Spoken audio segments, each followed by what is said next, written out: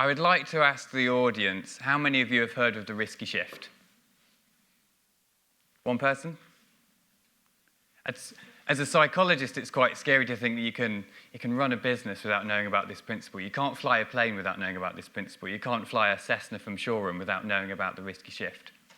So, an amazing parallel to make. Just as a psychologist looking at decision-making, aviation have it nailed. They have really analysed every single time a decision has gone wrong and looked at the choice architecture of the situation and redesigned it so that mistake can't happen again. The risky shift is essentially this. So when you're in a cockpit, you're flying over Toronto, what used to be said is about the decision to land in bad weather. The pilot would say something like, the weather in Toronto is marginal, Jim. Do you think we should land? And then you have a conversation together and you have a diffusion of responsibility. So on the cockpit recorder, essentially, the blame will go on both people. So not just on one person. That's what's known as a risky shift. Pairs of people make more risky decisions than if the responsibility is isolated. In about the 1980s, 1990s, legislation was brought in to overcome the risky shift in the cockpit. They now say, the weather in Toronto is marginal, Jim. I'm diverting. Do you agree? So there's a default position in there, which the person then has to opt out of. The co-pilot have to disagree rather than just go along with it and see where it goes. There is an isolation, there's a heaviness of the responsibility of the feedback loop of the decision on one of the pilots rather than across two.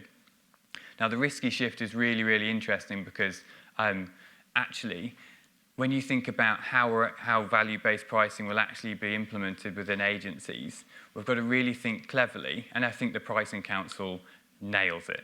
Have to really think cleverly about how you diffuse the responsibility on bringing in the new order of thing. Do you want to blame just one person if one scenario goes wrong, or do you want to make sure it's spread over a council? There's an interesting dynamic. Someone was saying to me the other day when I was taking through the slides, they were saying, well, actually, we've read a lot of research about groups actually come to much safer decisions and are very risk-averse. So I went back to literature.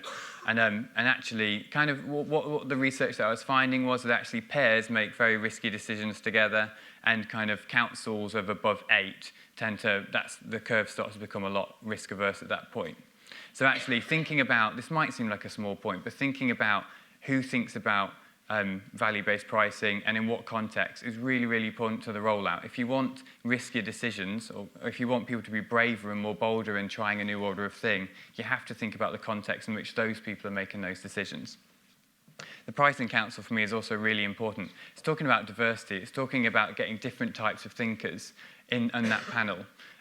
Rory Sutherland, who I work for, has an amazing analogy for this, in my opinion, which is rational people creative people always have to run their ideas past a rational person before they get out the door.